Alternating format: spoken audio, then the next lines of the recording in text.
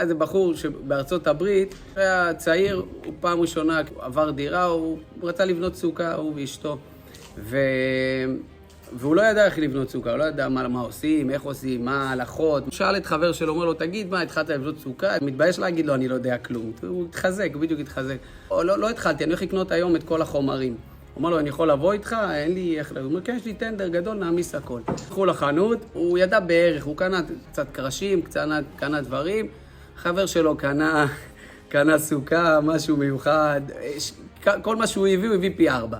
הוא אמר, טוב, חזרו הביתה, הוא אמר לו פחות או יותר מה צריך לעשות, כאילו הוא הוציא ממנו את זה. הוא הלך, בנה את הסוכה שלו, הוא בנה את הסוכה, סטייל הארמון שלו, ולמחרת הם נפגשו עוד פעם בתפילה, הוא אמר לו, נו, סיימת עם הסוכה? הוא אמר לו, כן, ברוך השם, אפשר לבוא לראות? הוא אמר לו, כן.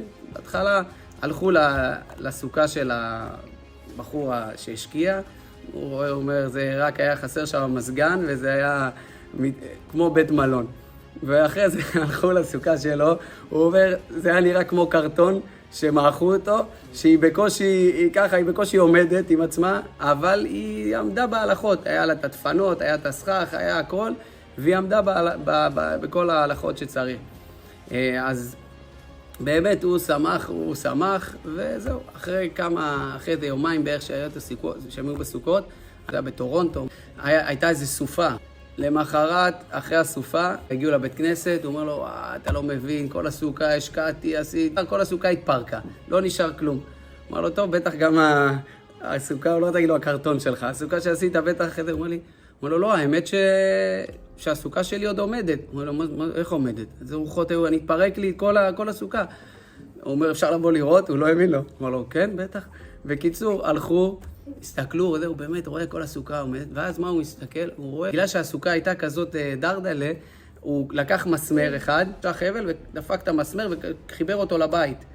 ואז הוא ראה שבאמת בגלל המסמר הזה, כל הסוכה החזיקה. כנראה זה לא נתן לה להיות כמו מפרס, ככה להחזיק מעט, וגם בגלל שהיא היה מלא רווחים, הרוח ברחה, היא לא הייתה חזקה. ואז הוא אמר לו, היום אני הבנתי משהו, אני השקעתי, אני עשיתי הכל, אבל המסמר הזה, זה שאתה שמת, המסמר הזה זה האמונה. אצלך זה מה שהחזיק את הסוכה.